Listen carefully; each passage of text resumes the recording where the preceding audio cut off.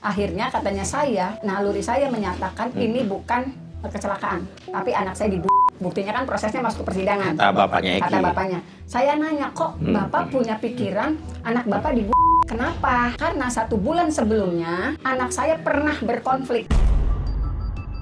Apalagi ini 340 kan harus ada penyelidikan, penyidikan. Masa dari Dede dan Aep yang ternyata selama persidangan saya udah minta 4 kali memohonkan kepada majelis hakim untuk dihadirkan juga tidak pernah dihadirkan. Alasannya alamatnya sulit dicari. Hah? Di BAP ini ada fakta baru bahwa ternyata DPO bukan cuma 3. Bukan Dani, Andi, dan Peggy dan Peron, ada lagi Andika dan juga Panji. Siapakah Andika? Siapakah Panji? Sehebat apa orang ini? Kok bisa tiba-tiba tidak dibahas? Assalamualaikum warahmatullahi wabarakatuh. Ketemu lagi bersama saya Uya Kuya di LBU Lembaga Bantuan Uya. Dan ini di samping kiri saya udah ada Ibu Titin, pengacara dari Saka Tatal dan Sudirman ya. Dan juga ada Mbak Selis, kakak dari Saka Tatal. Ini saya bela-belain datang nih dari Jakarta ke Cirebon nih. Ya. Terima kasih. Iya, tapi karena banyak sekali subscriber saya yang benar-benar mendesak saya untuk ikut menginvestigasi kasus ini dan membantu kasus ini. Tapi saya mah tidak bisa membantu apa-apa, yang membantu ya udah para pengacara. Kita cuma mencoba mencoba memberikan ruang untuk klarifikasi dan lain-lain ya. Sampai saya percepat kepulangan saya dari Amerika ini untuk khusus kasus. Sampai di Amerika ini heboh. Orang-orang Indonesia di Amerika tuh pada ngikutin kasus ini. Oke, nah sebetulnya ini, kalau Ibu Titin ini kan sebetulnya pengacara Saka yang dari awal, pengacara Saka aja apa pengacara yang lain waktu itu? Dulu awalnya? Jadi sebenarnya gini, saya tuh ketika yang 7 orang itu ditangkap, kebetulan kan rumahnya berdekatan dengan salah satu pengacara. Jadi dari awal saya memang sudah pegang 7 kuasa. Iya. Ya, kenapa 7 kuasa itu bisa sampai, walaupun saya tidak bisa menengok mereka. Jadi awalnya ketika terjadi penangkapan, semua orang tuanya datang ke saya dan teman. Orang tua 7 tersangka iya, itu? Okay. Orang tua 7 tersangka itu. Nah, saya datang ke kantor polisi karena anaknya ditangkap tanggal 31 Agustus 2016. Tanggal 2 saya sudah punya kuasanya. 2 September. Semua. 7 tersangka itu memberikan kuasa kepada Ibu Titin? Iya, 7 tersangka itu ini bukti-bukti ininya memang sudah. Ada ya? Ada. Tapi kok cuma tinggal Saka? Ya, kemudian. Nah, ini menarik nih. Kemudian, saya kan datang ke kantor polisi dan menandatangani kuasa ini, tapi tidak bisa ketemu karena ini dititipkan. Waktu itu anggota bilang, Ibu pegang kuasanya, iya, oke. Saya bawa, nanti besok diambil lagi ya Bu. Kata gitu, polisi. Kata polisinya. Akhirnya, mungkin waktu itu karena kedekatan emosi juga. Memang saya kan mainannya di situlah, sering main ke kantor polisi gitu. Akhirnya ini bisa ditandatangani. Kemudian setelah bisa ditandatangani, akhirnya, tapi setelah ditandatangani pun saya tidak bisa melihat. Iya. Dengan alasan sudah dipindahkan ke Polda. Iya. Nah, tetapi yang jadi persoalan di tanggal 3 kita sudah dapat foto yang boncor-boncor ini, Mas. Oke. Ini ada foto para tersangka yang sudah boncor-boncor. Iya. Iya. Siapa yang ngasih ini? Ini beredar di media sosial, kita juga nggak tahu. Tapi kan ini background tahanan. Dan artinya kan ini dilakukan di kantor polisi kan? Iya. Yang pasti yang melakukan polisi dong? Saya nggak ngerti tuh Mas. Tapi mana ada sih Mas? Ya masa nggak mungkin nih. Kalau ini dia di dalam tahanan, nggak mungkin yang ngelakuin adalah tukang rokok di luar. Bener nggak? Iya. Bisa jadi sesama tahanan. Bisa jadi juga oknum polisi. Iya. Tapi pertanyaannya, foto ini bisa beredar keluar itu juga kan nggak sembarangan orang bisa moto dan berani ngeluarin. Iya. Bener nggak sih logikanya? Iya. Oke, Ibu kaget lihat foto udah pada boncos begini? Bukan saya cuma kaget, orang tuanya kaget. Itulah sebabnya setelah menerima foto di media sosial boncor-boncor seperti ini, akhirnya pada tanggal 7 September 2016 kami melaporkan ke Propam Polda Jabar. Bahwa ada dugaan penganiayaan para tahanan ini? Iya, 1 penangkapannya. Kan mereka nggak ada yang nerima surat penangkapan. Jadi udah secara legal aja udah ada yang nggak beres. Ya. Tidak ada surat penangkapan, kemudian beredar bocor-bocor ini. Mereka mau mempertanyakan ada apa ini. Kami sudah melaporkan di tanggal 7 September 2016 ke Propam Polda Jabar. Propam Polda Jabar dengan membawa saya 7 kuasa ini. Jadi udah ada bahannya. Ya, udah ada bahannya. Pertanyaannya, sama Propam Polda Jabar ditindaklanjuti apa tidak? Ya nggak ada informasi apapun, Mas. Udah aja begitu selesai begitu aja, kita tidak terima apa, tidak ada yang datang ke saya juga, tidak ada datang yang ke keluarga yang melaporkan juga. Artinya nih Propam Polda Jabar harus memberikan klarifikasi. Gunanya Propam apa? Propam kan adalah ya satu apa ya, bukan lembaga ya. Ya di dalam institusi Polri atau polisi yang dia untuk mengawasi, menyelidiki ya kan, laporan-laporan yang dilakukan oleh anggotanya kan. Tapi kalau ini tidak ditindaklanjuti, minimal tidak ada klarifikasi, buat apa ada Propam, bener nggak? Propam kan ibaratnya polisinya polisi. Tidak ada sama sekali. Tidak ada. Ngaco ini berarti. Terus habis itu? Karena nggak ada tindak lanjut apapun dan kami belum pernah ketemu sampai tanggal 13, akhirnya saya ke Jakarta, Mas, ke Komnas HAM, lapor lagi masalah ada dugaan ini. Komnas HAM kan Komisi Nasional Hak Asasi Manusia. Ya, tanggal artinya, 13 September 2016. Saya udah pesimis dengar jawaban ini, tapi pertanyaannya, ngadu ke Komnas HAM ada hasilnya nggak? Nggak ada juga. Udah pasti. Karena udah sering banget nih orang ngadu ke Komnas HAM, kalau masalahnya nggak populer, nggak rekomendasi aja nggak ada. Ya. Jadi nggak ada kabar. Dari 2016, 2017, nggak ada. Baru sekarang ini, Mas. Iya, udah populer. Ya. Jadi Komnas HAM ini kritik keras saya kepada kalian adalah, jangan cuma karena kasusnya populer, viral, baru kalian pada sibuk, hiruk pikuk. Wah, buat apa? Kalau nggak, Komnas apapun kalau nggak ada gunanya bubarin, ngabisin duit negara. Gue mah keras nggak apa-apa, emang dari dulu. Ketua Komnas HAM sekarang itu teman gue kuliah. Tapi kalau emang gue harus kritik, ya kritik. Tapi ini kan Komnas HAM tahun 2016 kan? 16, perlu dilihat ketuanya siapa itu. Iya. Kenapa tidak ditindaklanjuti? Iya, karena kebanyakan juga orang-orang yang adu ke Komnas HAM, ya gitu-gitu aja. Iya kan? Ayo dong, Komnas HAM fungsinya dijalankan gitu loh. Maaf Bu, saya emosi. Oke, lanjut. Apalagi saya, Mas. Iya. Mas, apalagi saya. Iya. Nah, kemudian sampai akhirnya terjadilah sidang. Iya. Gitu.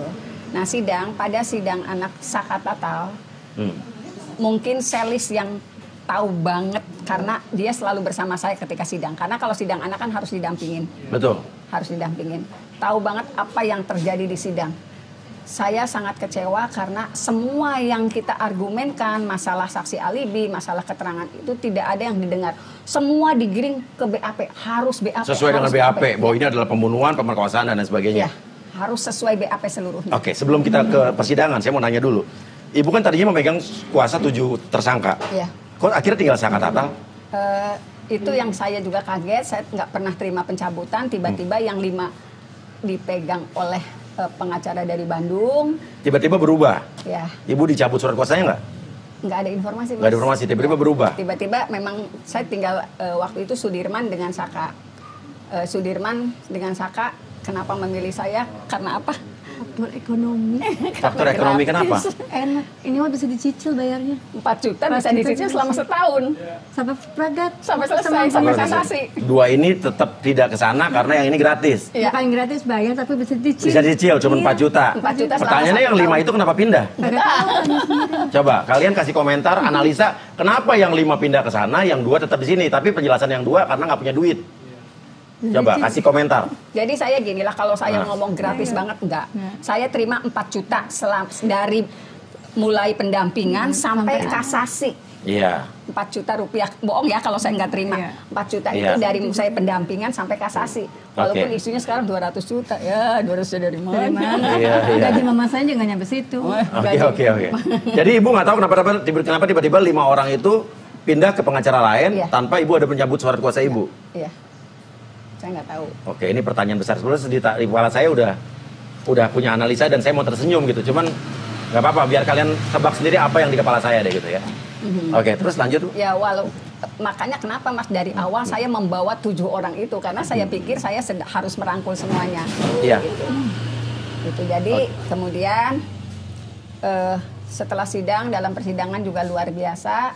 Kami mendapat tekanan karena waktu itu namanya demo terus-menerus, Mas. Demo untuk menuntut setinggi-tingginya. 7 pelaku ini? Ya. Karena semua orang... Waktu itu masih Saka kan, yang lainnya belum sidang. Oke, terus? Kemudian demo luar biasa. Sebetulnya kalau keluarga terdakwa nggak ada yang berdaya, Mas. Boro-boro mau ngerahin masa. Udah mereka juga kan udah luar biasa ininya. Boro-boro mau ngelahirin masa. Tetapi di situ masa selalu banyak. Demo terus-menerus untuk menuntut pelaku setinggi-tingginya. Jadi masanya masa siapa nih? Nggak tahu, kita nggak ngerti, Mas. Nggak ngerti. Sampai ada anggota dewan yang orasi untuk menuntut setinggi-tingginya. Kita juga nggak ngerti. Anggota dewan sampai ada di situ, ada ikut orasi dalam kasus ini? Iya. Anggota orasi. Dewan apa, DPRD, DPR RI? DPRD. Dari partai apa waktu itu? Masih ingat nggak? Masih. Apa? Oh ya, nggak masuk. Sekarang nggak masuk juga dia. Dia nggak pernah masuk kan emang? Pernah masuk dulu ya? Iya. Orasi jangan ini sampai ngomong gini, kita lihat kalau pengacaranya begitu. Nah, sampai ada bahasa gitu. Oke. Mengerikan gitu. Jadi memang luar biasa tekanannya. Akhirnya karena sidang Saka Tatal juga tidak seperti sidang anak. Akhirnya saya juga lapor ke Komisi Yudisial, Mas. Iya. Melapor ke KY. Kok ini sidang anak tetapi dipaksakan harus sesuai BAP. Kita juga jadi kan ada alibi gini, Saka itu ketika peristiwa tanggal 27 ditemukannya kedua korban itu di jalan tol, Saka itu lagi ke bengkel, ada perjalanan dia ke bengkel. Nah ketika akan menuju bengkel, dia tuh ngelihat ada polisi, Mas. Iya, udah cerita.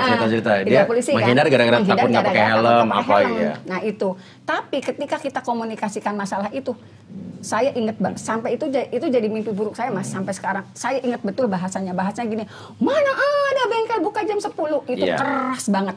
Nah kalau bengkel di kampung, Mas, jam 10, jam 2 juga bawa duit 20.000 jadi, Mas. Itu kata hakim ke jaksa udah itu?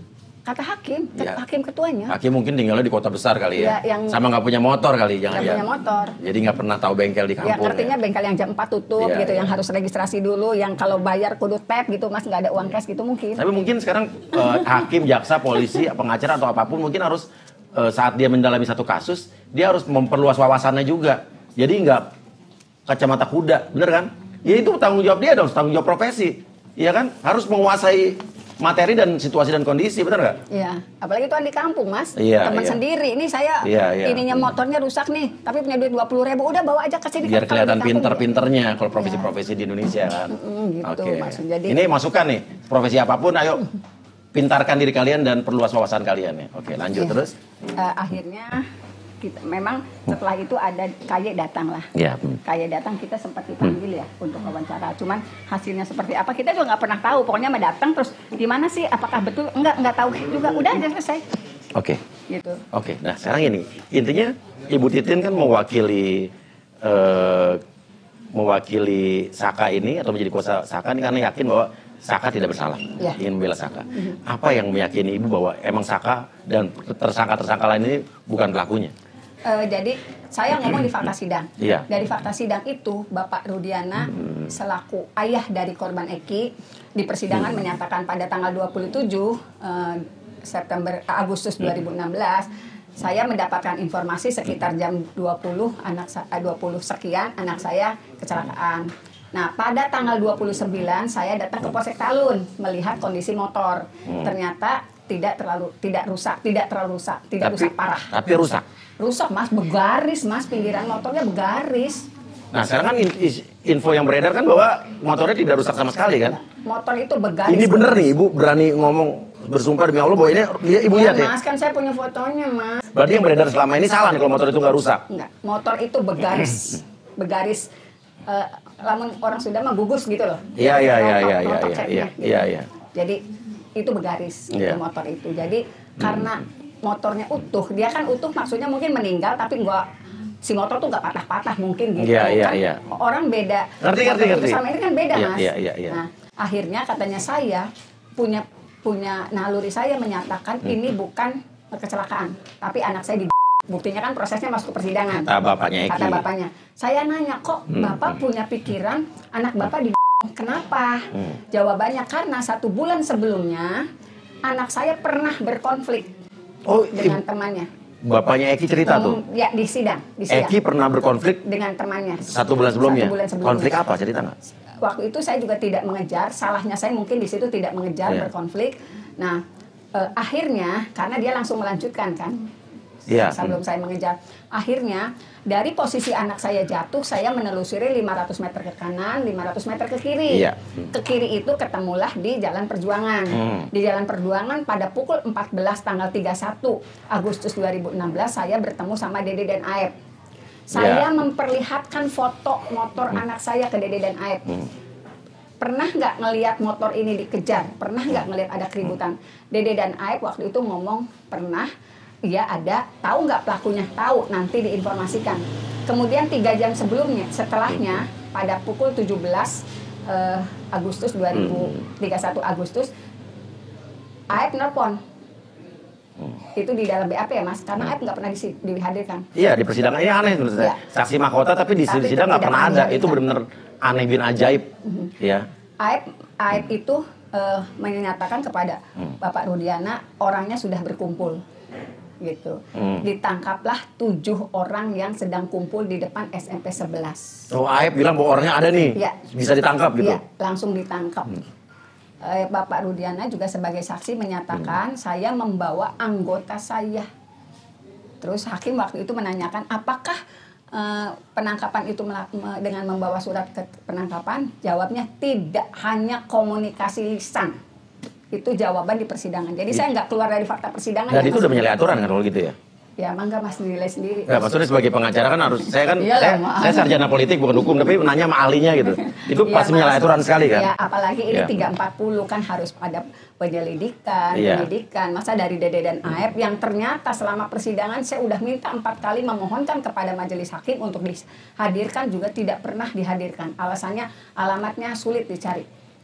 Hah? Ya, sulit dicari Mas alamatnya, nggak ditemukan. Alamatnya sulit dicari, orangnya sulit dicari, dua-duanya Mas.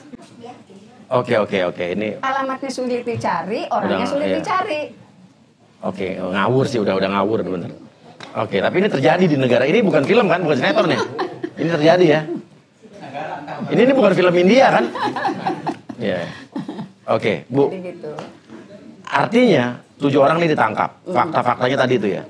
Dan upaya keras apa yang Ibu membela mereka sampai bahwa mereka tidak bersalah tapi tidak didengar? Informasi apa aja? Ini sebelum begini tapi mereka nggak peduli. Ya, karena kan sebetulnya saya juga waktu itu kebetulan saya orang media Mas. Ya. Jadi buat saya sebetulnya ketika persoalan ini karena kan sidang tertutup, yang dewasa atau anak tertutup loh Mas. Iya. Nah, ketika saya komunikasi ini ada yang salah loh. Waktu itu teman gak boleh yang bikin Mas, sedikit banget. Malah saya baru tahunya sekarang ada wartawan yang mohon maaf sampai ada yang nangis Mas. Mbak Titin punten ya, dulu tuh kita nggak berani ekspos karena memang kita tidak boleh memberitakan keluhan pengacara mengenai hasil persidangan. Wartawan dibungkam jadi pada saat itu. Iya. Oleh yang siapa? harus di blow nggak tahu Mas. Yang harus di blow up-nya itu kekejaman geng motornya. Ada arahan seperti itu. Iya. Tapi dia tidak ngomong siapa yang. Ya termasuk pengacara wartawan Jakarta Mas suruh pada pulang, nggak boleh cerita soal ini. Yang penting ceritanya geng motor ya. Udah nggak usah dengerin apa kata pengacara. Jadi wartawan diarahkan pada saat itu saya bisa dibilang dibungkam dan tidak boleh memberitakan keluhan pengacara tersangka, tapi hanya geng motornya aja. Ya, ini sudah ada arahan seperti itu. Ya, karena waktu itu 2016, 2017 memang waktu itu ada instruksi di tempat Mas. Iya. Motor. Dan yang jadi persoalan untuk koran lokalnya sendiri ada wali kota ngomong di tempat. Sampai seperti itu. Jadi memang luar biasa, kita tuh nggak boleh ngomong masalah apa yang terjadi dalam sidang. Karena mereka juga nggak tahu kan tertutup Mas. Wah, ini perlu dicurigai ini kenapa begitu ya? Iya. Oke. Dan nah, kemudian ada juga saya juga masih ingat betul waktu itu, kenapa kamu nggak beritain? Ini kan saya udah jelasin nih, ini ada perbedaan nih antara tuntutan sama hasil visu, jauh banget. Dia bilang gini, Mbak Titin, saya nggak boleh. Saya udah ngomong, nggak usah deh cerita pengacaranya. Pak, ini pengacaranya namanya Bu Titin, Bapak telepon sendiri, dia mah dedemitnya wartawan, Pak. Takutnya dia bikin sendiri. Iya. Kayak gitu. Tapi kan saya nggak mungkin Mas bikin sendiri berita itu kan nggak. Iya, karena ibu yang di situ ya. Iya. Oke, akhirnya makanya jadi kenapa? Ada pengakuan seperti itu nggak boleh Mbak Titin, nggak boleh, harusnya ke yang ditampilkan. Nah, ini harus ada informasi lagi nih buat yang dulu pernah dibungkam atau diinstruksikan untuk tidak boleh memberitakan ini dari siapa instruksinya. Ya. Udah nangis-nangis Mas, udah minta maaf ke Saka. Kemarin minta maaf ya Saka, karena Saka bercerita sedetail mungkin sampai soal meja diinjak, didudukin, dia nangis-nangis. Dia juga minta maaf ke saya. Jadi, tapi kan udah lewat Mas, orang udah dihukum 8 tahun, udah ada di dalam. Apalagi yang janggal, Bu? Kemudian kalau dari bunyi tuntutan itu, meninggalnya itu akibat tusukan benda tajam, samurai, samurai panjang dan samurai pendek di dada dan perut, itu. Tetapi di hasil visum kematiannya diakibatkan oleh retakan tulang tengkorak belakang. Jadi ini berlawanan. Berlawanan. Ya? Hasil visum. Jadi ini hasil visum yang salah, apa dakwaannya yang mengada-ngada? Ya kan gini lah Mas. Hakim kan boleh tidak percaya pada keterangan terdakwa, apalagi keterangan terdakwa diabaikan kan. Hakim boleh tidak percaya pada keterangan saksi. Dia punya keyakinan, Hakim tidak boleh percaya pada saksi yang ini. Boleh tidak percaya, tapi masa hasil visum hakim tidak percaya sampai jatuh vonis setinggi itu? Iya, itu ajaib sih, karena hasil visum kan yang ngeluarin kan juga itu lembaga yang benar-benar diakui dan hasil visum dan otopsi yang tidak saja disumpah pada saat persidangan, juga dia disumpah profesi. Iya, etik. Gitu. Iya. Sebagai seorang dokter. Iya. Jadi itu yang saya semakin yakin ketika hasil persidangan terus diabaikan, keterangan saksi yang kita hadir, saya semakin yakin ini ada yang salah. Menurut saya sih ini sekarang bukan cuman kepolisian yang harus turun tangan ya. Menko Polhukam, Kejaksaan, Komjak, ya, KY, DPR Komisi 3. Ayo ngomong dong, DPR Komisi 3 nggak ngapa-ngapain nih. Tadi soal ini nggak banyak ngomong gitu kan. Nanti gue masuk Komisi 3, gue pasti ngomong soal beginian nih. Karena gini Mas, ada juga persoalan di tingkat pengadilan. Misalnya gini, kan saya pasti bikin pledoi dong Mas. Nah, kalau di dalam pledoi kan biasalah kepada yang terhormat majelis hakim yang memeriksa perkara nomor sekian gitu. Saya udah bikin, tapi kan yang ngeprint orang lain Mas. Artinya ngeprint kan masa kantor apa-apa ngeprint sendiri. Ternyata salah mencantumkan nomor. Harusnya nomor perkara sekian dicantumkannya nomor kuasa. Beda. Mungkin tanya copy paste itu nggak kehapus mungkin lah. Ternyata di dalam putusan pembelaan saya dianggap tidak ada karena salah mencantumkan nomor. Salah mencantumkan nomor Mas. Padahal pledoi itu intinya isinya apa aja? Isinya sama, masalah yang terjadi di kita punya saksi alibi, punya ini itu diabaikan gitu. Akhirnya kan saya banding. Nah, jaksa banding saya banding. Jaksa memberikan memori banding tanggal 24 Oktober. Jaksa memberikan memori banding ke pengadilan negeri. Saya menerima banding jaksa tanggal 26, berarti kan 2 hari kemudian. Tetapi pengadilan negeri terima memori banding dari jaksa langsung dikirim ke pengadilan tinggi pada hari itu juga. Oh, cepet banget ya. Cepet banget. Luar biasa nih. Suratnya kayak gimana gitu kan, pakai titipan kilat, pakai apa gitu. Sementara memori banding dan kontra memori, kan saya ketika bikin kontra memori banding kan harus baca dulu bandingnya jaksa kan. Dia saya terima tanggal 26. Akhirnya saya daftarkan memori banding dan kontra memori banding itu di tanggal 1 November. Dan ternyata di putusan bandingnya saya tidak pernah mengirimkan memori banding kepada pengadilan tinggi. Itu putusannya? Putusannya. Jadi ini kejanggalan-kejanggalan berikutnya. Sedangkan jaksa yang tanggal 24 langsung bisa masuk. Iya. Sementara saya ada juga apa baca, nih gitu kan. Oke Bu. Nah, tadi balik lagi ke Eki, Pak Rudiana pernah bilang Eki pernah berkonflik dengan seseorang di sebulan sebelum kejadian. Ibu nggak berusaha untuk mencari tahu konflik apa? Saya tuh salahnya di situ Mas. Salahnya di situ mungkin karena kenapa sih dulu? Kan saya waktu gini Mas, BAP ini yang lembaran ini Mas, ini kan saya belum dapat waktu sidang Saka. Ini saya dapatnya di orang dewasa. Kalau aja saya ini dapat pada saat sidang Saka, kan tahu udah ada DPO ini. Jangan-jangan berantemnya sama yang ini.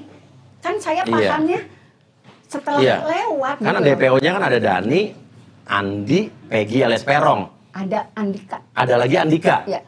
Dan beredar lagi kemarin ada lagi satu yang tidak disebut Panji. Jadi sebenarnya ada 5 DPO di BAP ya? Iya, di BAP. Di BAP ini ada fakta baru bahwa ternyata DPO bukan cuma 3, bukan cuma Andi, Dani, dan juga Andika. Bukan Dani, Andi, dan Peggy Perong, ada lagi Andika dan juga Panji. Di berkas ada nama Panji. Siapakah Andika, siapakah Panji? Ini jadi pertanyaan. Dan kenapa sekarang tidak di DPO ini tidak, 2 nama ini tidak dikeluarkan? Dan ternyata ada kan? Ada. Daftar pencarian orang dikeluarkan dan ditandatangani oleh Direktur Reserse Kriminal Umum Polda Jabar. Pak Iman Raharjanto. Iya kan nggak mungkin dong polisi ngeluarin surat DPO asal. Ini harus dipertanyakan nih Polda Jabar nih. Cari tahu Pak, bapak-bapak di Polda Jabar. Kenapa ada siapa DPO lainnya yang ada di sini kan? Dan masih ada pertanyaan lagi, kenapa 2 DPO kemarin sempat dihilangkan? Dianggap fiktif, Dani dan juga Andi. Dan ternyata masih ada lagi 2 DPO, Panji dan Andika. Siapakah Andika? Siapakah Panji? Sehebat apa orang ini? Kok bisa tiba-tiba tidak dibahas? Ya. Oke. Terus Bu, apalagi yang aneh dari BAP? Ya dari BAP kan ini kalau pelapor, orang tua korban melaporkan dan di BAP pada tanggal 31 Agustus pukul 18.30 atau 1,5 jam setelah melakukan penangkapan. Oke. Ya, dengan sudah menyebutkan siapa sih orang yang kabur.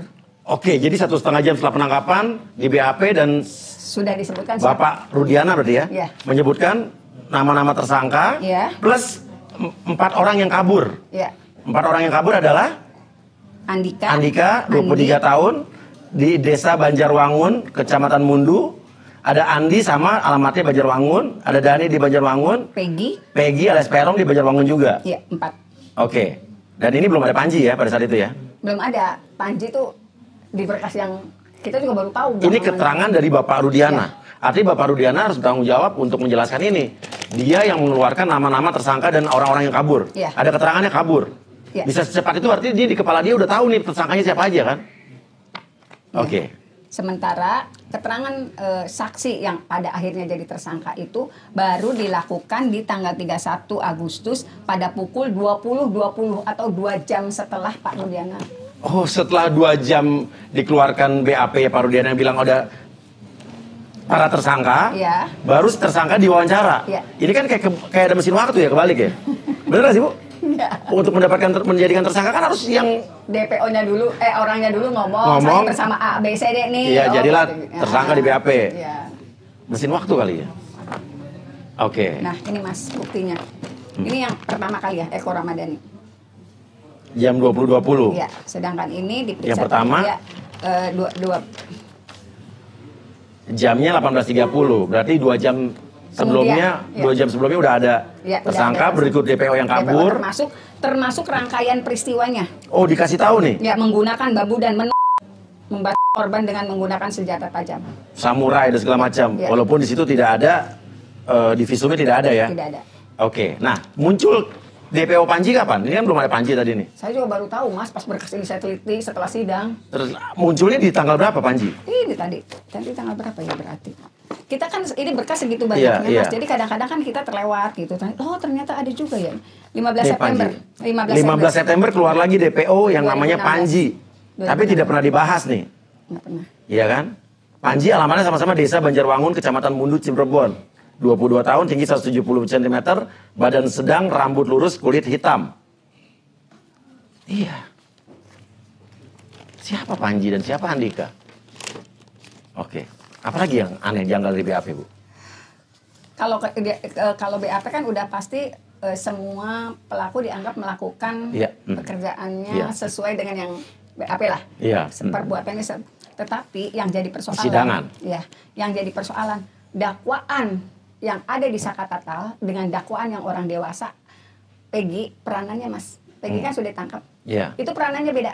Iya. Kalau di dalam dakwaan Sakatatal, Peggy itu turut dakwaan Sakatatal. Ya. Peggy turut perkosa. Ya. Oke, terus? Kalau di dakwaan orang dewasa yang juga tertuang dalam putusan, Peggy itu hanya meraba-raba. Jadi mana yang benar dari tindak pidananya Peggy, kalaupun itu betul Peggy yang ini, gila yang mana? Ini logika hukum kita udah diacak-acak ya.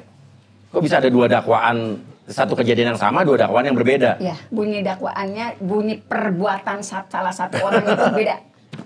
Yang satu turut memperkosa di dakwaan satu hanya meraba-raba. Yang satu hanya meraba-raba seperti yang dijumpapeskan oleh Polda waktu itu. Jadi peranan Peggy tidak ikut hanya meraba. Itu kan di jumpapesnya ada. Oke, Bu. Ini kita balik ke kakaknya Sakatatal ya. Saka pada saat itu pernah cerita apa sama keluarga? Itu susah banget. Waktu pertama kali ketemu itu susah banget komunikasinya. Kenapa dia shock? Udah di... Iya, shock. Terus juga, aku kan kalem-kalem, nggak bisa. Dia juga udah cerita nih, dia bener nggak ngelakuin. Dek, yang benar yang mana? Terus akhirnya dia mau cerita, aku tuh ngelakuin, bener aku tuh kayak gini. Terus saksi hidup kamu siapa? Ada Mang Ateng. Aku cari sampai bener-bener cari, bener enggak nih anak adik aku sama ada malam kejadian. Sadikun. Bener-bener aku cari dulu informasi. Karena saya juga tidak mau kan sebagai kakak, siapa sih yang mau dibunuh, siapa sih yang biar adil. Jadi saya cari kebenarannya dulu. Ketika bener adik kamu ada di sini. Ya udah kan, kata beliau suruh cari saksi alibi. Ya saya cari saksi alibi. Emang saksi alibi saking dekatnya. Itu juga jauh-jauh teman-temannya. Jadi luar biasa waktu tahun kemarin tuh. Jadi persidangannya kayak apa coba? Ya, kayak apa persidangan? Allah. Gimana ya ceritanya? Keluarga hadir, tapi yang hadir yang lain itu luar biasa, polisi banyak. Masa nggak tahu ya, saya nggak kenal. Tiba-tiba masa banyak ya di luar. Di dalam tertutup. Kalau kita menceritakan yang sebenarnya, selalu kearahin ke situ lagi. Selalu pokoknya BAP harus sesuai BAP gitu ya. Iya, mau saksi ke, mau saka ke. Terus yang paling aku bingung ya karena aku orang awam. Kalau untuk masalah kayak visum semua aku nggak ngerti kan, jadi nggak bakal ngeh juga. Ada saksi dari yang kejaksaan yang untuk keluarga korban gitu ya, menyaksikan bilangnya saya bersaksi bahwasanya yang perempuan ini memakai rok mini.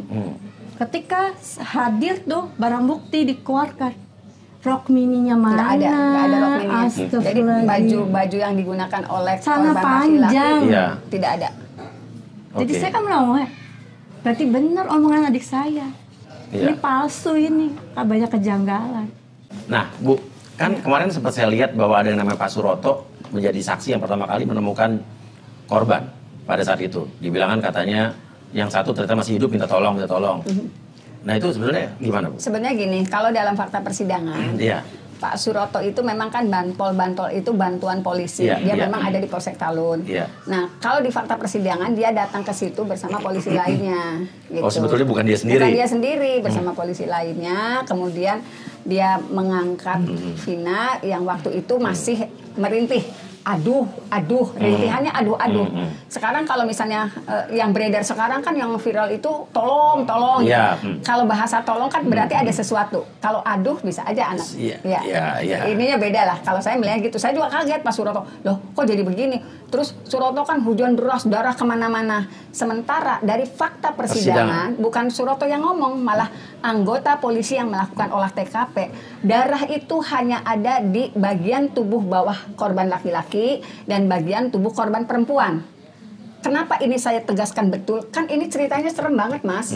Dikejar, terus dikejar sampai dari SMP 11 dikejar sampai jembatan flyover Talun, digebukin. Sudah digebukin nggak berdaya, dibawa ke showroom, ditusuk kan. Terus dibawa lagi ke sana. Kalau misalnya kondisinya seperti itu kan berceceran, Mas, darah di mana-mana. Iya, di jalanannya banyak ya. Banyak berceceran gitu. Ketika nurun, ketika itu kan pasti berceceran. Kenapa saya tegaskan itu? Saudara saksi, saya minta kepastian. Apakah betul darah itu posisinya ada di mana? Darah kedua korban. Saya ingat betul saya nanya waktu itu.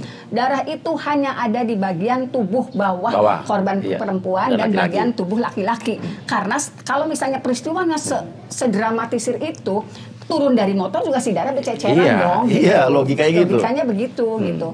Nah, kesaksian Pak Suroto itu juga mohon maaf misalnya membetulkan letak celana dalam. Ternyata kesaksian dokter yang menerima jenazah? Bukan jenazah, korban. Vina kan masih hidup. Masih hidup ya?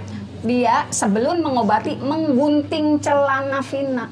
Jadi bukan rok? Bukan rok. Oke. Tapi kan saya nggak bisa konfirmasi begini karena kalau sidang kan saksi Suroto tanggal berapa, saksi tanggal berapa, beda-beda hari. Gitu. Tinggal keyakinannya diserahkan kepada hakim. Kan? Sebetulnya ini kalau kita bisa analisa ya dari obrolan ini, polisi sudah banyak bisa mendengar masukan-masukan dan fakta-fakta ini untuk mengungkap kejanggalan-kejanggalan yang lain ya.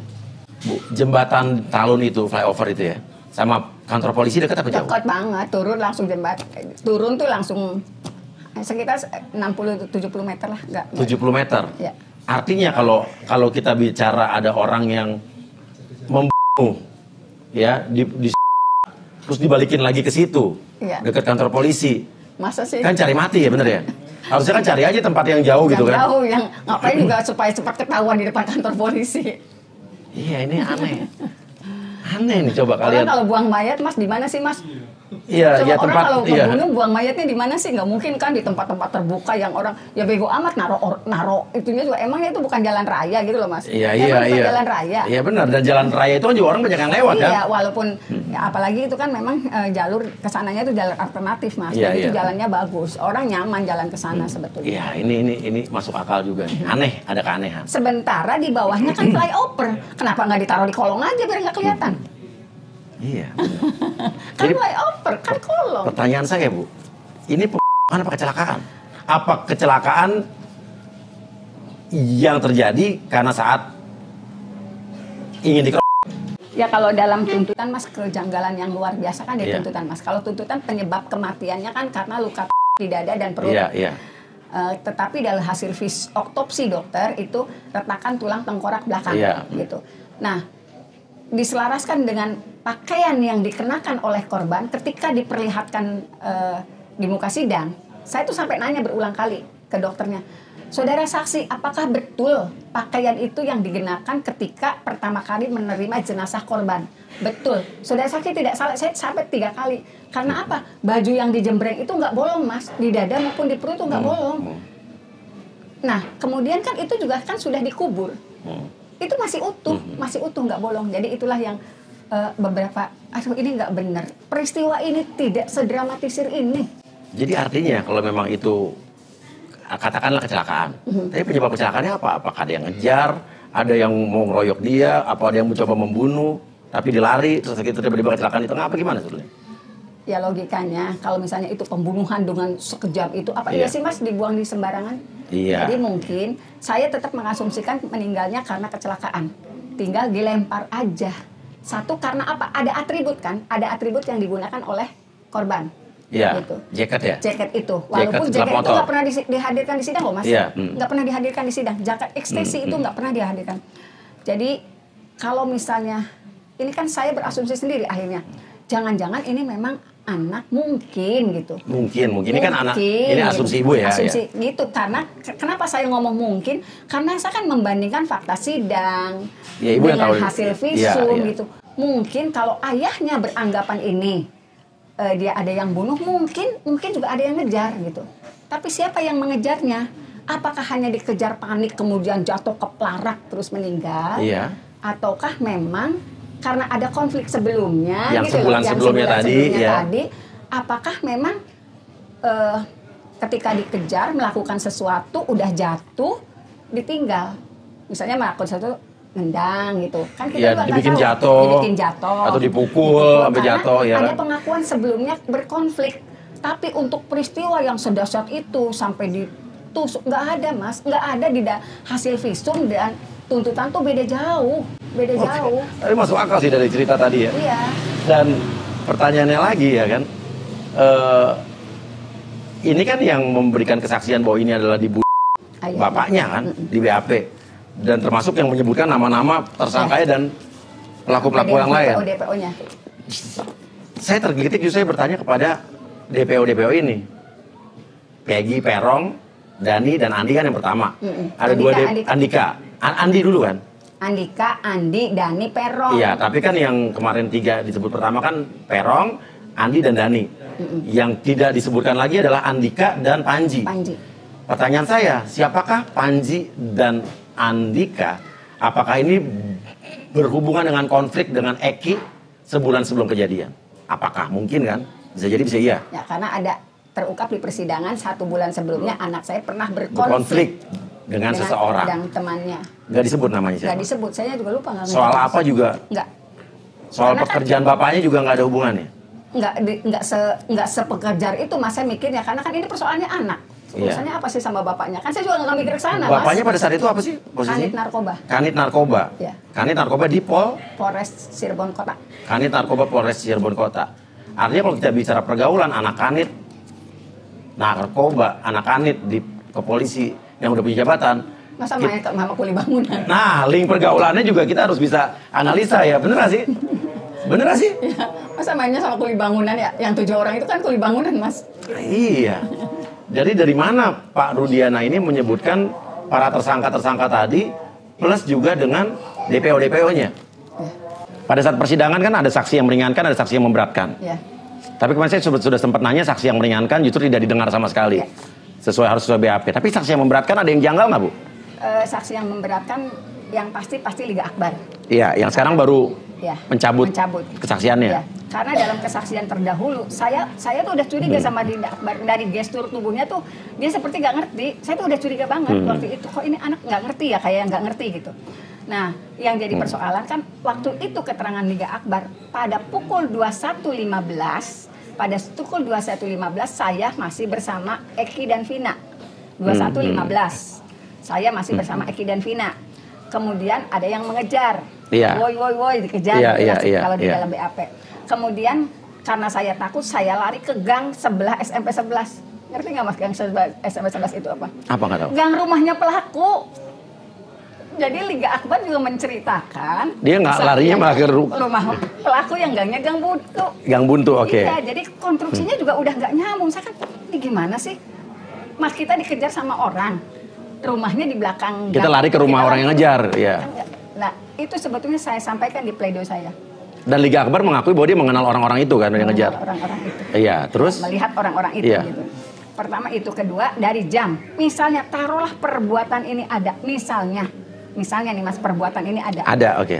21.15 Liga Akbar masih bareng. Ditemukan jam 22.00. Kalau perbuatan itu ada, berarti selisih waktunya 45 menit kan Mas? 45 menit, 11 orang dari SMP 11 ngejar ke polsek ke flyover itu 1 kilo jaraknya. Kemudian dibalikin lagi 1 kilo lagi kan.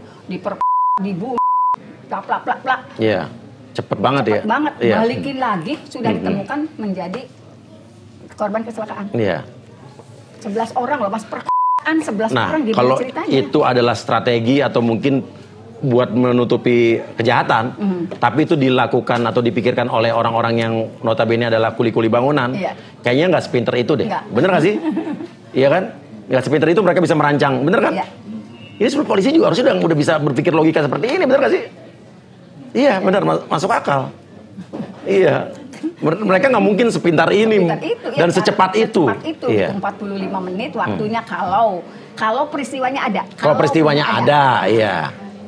Terakhir Mas, itu Liga Akbar juga antara 21.15, 21, dia juga masih bingung. Iya. Jadi yang benar 21.15 apa 21.45. Waktu itu saya tanya gitu. Iya.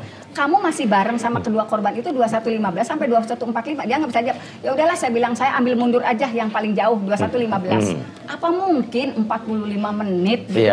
Iya. Dengan kondisi yang 11 orang. Dibawa ke satu tempat, bolak-balik, dibalikin lagi. Nggak masuk akal. Bener-bener nggak masuk akal. Iya, kecuali ini kayak ada pelakunya semua flash. Yang set gitu kan.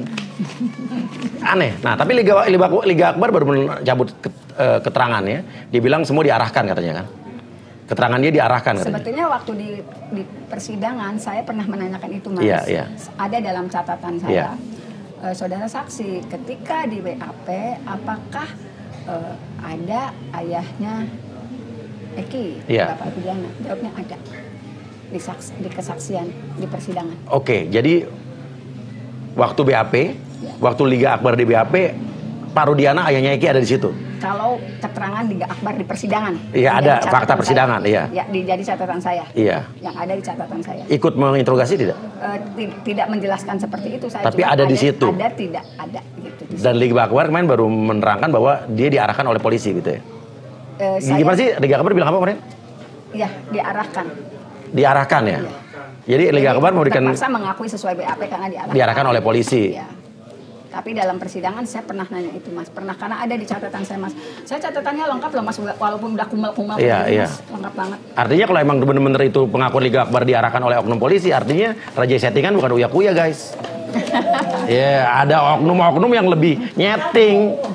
Kalau settingan gua di TV itu buat hiburan, tapi kalau nyeting kasus hukum, gua pengen ngomong kasar jadinya. Iya. Kemudian pada persidangan tanggal 17 Februari 2017, kan pernah tuh Mas soal CCTV beredar di mana-mana tuh. Sebetulnya saya udah nanya Mas pada sidang 17 Februari 2017. Saya ingat banget waktu itu kan yang dihadirkan 3 anggota polisi. Nah saya kan nanya tuh, Pak di situ di antara SMP 11 sampai ke flyover Taman itu banyak CCTV loh, yang ini aja antara 5 sampai 7. Saya sebutkan di tempat ini. Nah itu bagaimana untuk membuktikan betul ini mereka pelakunya? Kan saya butuh rekaman CCTV. Iya ada harusnya ya. Ya harusnya ada karena memang ada di belokannya aja ada karena ada rental Mas, ada rental PS waktu itu. Waktu itu jawaban dari anggota polisi yang dihadirkan sebagai saksi tidak bisa dilihat karena gelap. Pertama itu. Kemudian saksi lainnya menyatakan karena saya tanyakan hal yang sama masalah CCTV tidak bisa dibuka karena tidak ada anggota Polres Cirebon Kota yang memiliki ahli untuk membuka CCTV. Nggak mungkin. 2016. Ini kan negara kita Indonesia guys, bukan di pedalaman Afrika yang di dalam-dalam. Ya, ini bukan film India kan? Bukan film India ya, ada polisi-polisi dalam film India atau apa? Iya. Nggak mungkin bro, ya. Kalau jangan keterlaluan lah kalau misal bikin cerita ya kan? Ya, karena saya juga kan pernah ditanya kan, ada TV yang nanya. Saya sebutin tanggal sidangnya karena semua saya catat Mas. Tanggal sidang berapa saya catat. Janganlah, siapapun, oknum apapun, institusi apapun, jangan goblok-goblokin masyarakat ya kan? Terus Bu? Tapi CCTV-nya nggak pernah diputar? Ya nggak ada Mas. Nggak pernah ada. Kan kalau gini loh Mas. Sebanyak itu CCTV tidak pernah dijadikan alat bukti untuk. Logikanya ketika mereka tahu susah dibuka, CCTV ada di mana Mas? Iya. Kasus Sambo aja CCTV lenyap. Iya kan? Karena kesambar petir lagi bener. Tidak bisa dibuka karena gelap.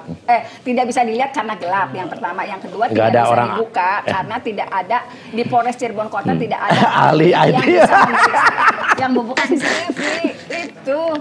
Yuk tertawa bersama-sama yuk. Dan saya sudah meminta ke majelis hakim untuk mendatangkan ahlinya apabila CCTV itu memang dimiliki oleh anggota kepolisian. Tapi ini sih menurut gue propam, polisian harus bertanggung jawab untuk supaya namanya tidak jelek ya. Ini kan mungkin oknum. Ini orang-orang yang ngomong kayak begitu harus diperiksa. Iya kan, bener gak sih? Pernyataan-pernyataannya semua. Malu-maluin kalau sampai ngomong kayak gitu sih.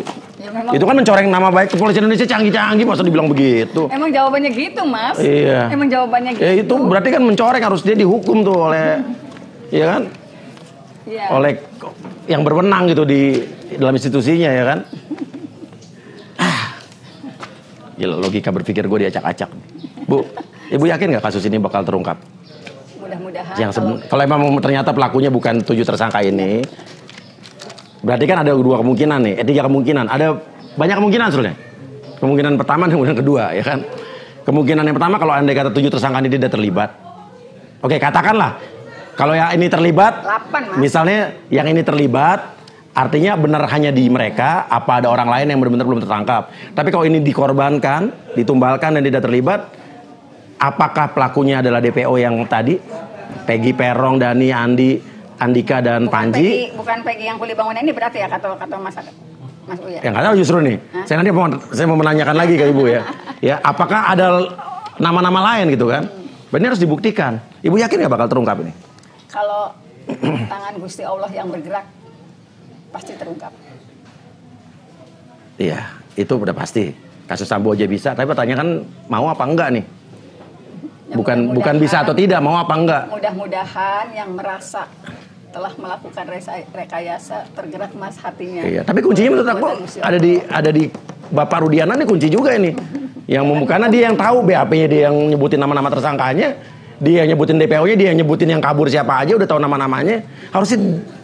Nah, ini kan baru diperiksa sama Propam kan. Hasil pemeriksaannya keluarin dong.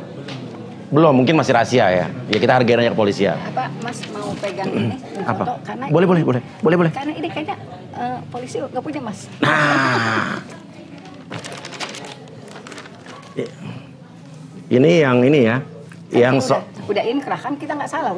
Udah inkrah. Ini yang tadi menerangkan bahwa tanggal 31 jam 18.30 keterangan Bapak korban, Bapak Rudiana menerangkan nama-nama tersangkanya yang 18.30 ya. Di samping perbuatannya. Oke. Udah?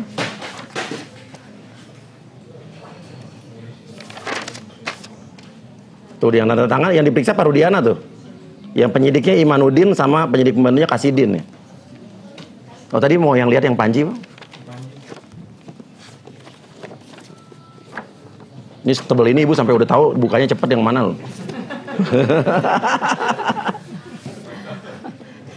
Ini jarinya udah terut otomatis. Ini Panji, Peggy alias Perong.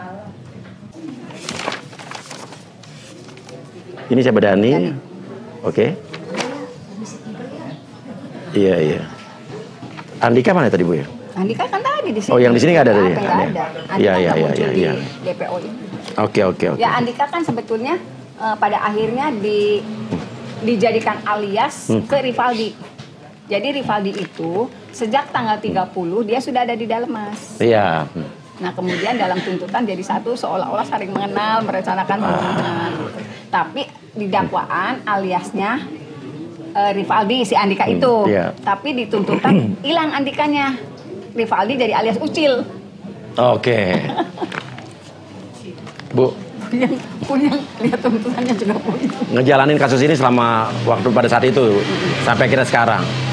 Ibu tuh lebih ke kesel, geli, marah, nangis. Sampai sekarang juga saya nangis, Mas. Saya lebih banyak saya tuh nggak ngerti viral, nggak ngerti. Karena saya nggak main media sosial. Saya nggak ngerti. Cuman ketika saya membuka perkara ini kembali, memperlihatkan fakta-fakta sidang di diskursus, saya juga nggak nyangka reaksinya mau seperti ini. Saya nggak nyangka. Tapi saya nggak ngerti viral. Karena memang saya tuh nggak main media sosial. Saya dihujat, katanya saya di iniin. Saya nggak tahu, Mas. Bu, nggak usah gitu. Saya aja kemarin wawancara siapa tuh anak ex bupati, terus dibilangnya katanya uya dibayar. Bro, sorry bro, duit gue lebih banyak daripada ex bupati. Iya, gila kali lo ya gue dibayar. No way, gue punya harga diri. Dan kenapa kalau gue mengungkap kasus ini kan gue tinggal mendengar doang. Kalau tidak sesuai dengan harapan kalian jangan salahin gue. Kan gue tidak juga menyimpulkan dia bersalah atau tidak bersalah, bener kan? Please netizen jadi orang pinter dikit. Gue udah kaya raya bos, ya dibayar. Gue kali-kali nyombong boleh lah, ya kan? Dibayar. Lu kali kebanyakan dibayar orang atau kebanyakan minta-minta. Ini nuduh orang dibayar. Duit gue banyak bos. Dan apa yang saya sampaikan kan tidak lepas dari fakta sidang sebetulnya. Saya nggak pernah ngomong yang aneh-aneh juga. Iya benar. Saya selalu ngomong ini berdasarkan fakta sidang. Fakta sidang yang saya punya yang juga tertuang dalam putusan, Mas. Iya, kayak gue kemarin saya wawancara siapa tuh anak bupati. Ya gue pertanyaan gue sesuai dengan apa yang menggelitik di TikTok aja gue tanya ya kan. Jawaban dia bagaimana kok tidak sesuai dengan harapan para netizen, jangan salahin gue kan, gue juga tidak mengiyakan. Iya kan, jangan bikin fitnah aneh-aneh loh bos. Orang biasa minta-minta ya nuduh orang dapat duit mulu gitu kan. Keluarga Saka, kakaknya Saka ada intimidasi nggak dari pihak-pihak tertentu? Kalau intimidasi sih alhamdulillah selama ini nggak ada ya. Gini ya logikanya, Saka udah pulang dari 2020. Kalau seandainya ini benar-benar terjadi, harusnya datang dong 2020. Ditanyain kan DPO. Nggak ada, aman. Tapi setelah viral. Oh setelah viral? Sebelum Bu Titin datang, karena kita sudah miskomunikasi dengan Bu Titin. Sudah tidak ada komunikasi. Iya, udah selesai lah ya. Udah sekarang udah ingkar ya udah selesai kan. Sama sekali saya nggak ada komunikasi. Oke, setelah viral? Setelah viral, polisi datang nanyain Saka. Ngapain katanya? Ya nanya tuh DPO. Oh DPO nih ya. Dikasih lihat lah. Foto-fotonya. Nama-namanya dilihat aja, tanya aja ke adik karena posisinya waktu itu lagi nganterin saya. Iya. Oke. Ya udahlah pokoknya saya habis ini akan menuju ke tempat-tempat lain, saksi-saksi lain. Saka juga bisa ditemuin habis ini ya. Pertanyaan terakhir. Waktu Saka diminta mengenali foto-foto DPO oleh polisi, dia lihat dong fotonya kan? Iya. Kan sekarang ada yang udah ditangkap nih, Peggy alias Perong yang katanya kuli bangunan nih. Ada nggak foto Peggy Perong itu di situ? Ya ada, berbeda. Pengakuan Saka berbeda. Berbeda. Jadi nggak ada foto Peggy yang ditangkap sekarang ini dengan yang polisi datang ke rumah. Ya, berbeda. Tolong jelaskan. Oke, ya udah. Dan terlepas kita juga nggak bisa. Saya juga orang biasa nggak bisa bilang Peggy Perong yang sekarang ditangkap bersalah apa nggak bersalah juga bukan hak saya. Cuman ibaratnya kejanggalan ini harus dijelaskan gitu ya. Kenapa foto DPO yang dikasih ke Saka beda dengan yang ditangkap, ya kan? Oke. Dan terima kasih banyak. Ya, kita kawal terus kasus ini, ya. Dan saya saya akan terus juga bergerak untuk saksi-saksi yang lainnya. Ya, dan Uya Kuya tidak bisa diintimidasi oleh siapapun, tidak bisa diatur oleh siapapun, dan tidak bisa dibayar siapapun. Dari kasus Sambo, kasus apa, lo pernah lihat gue dibayar, bro?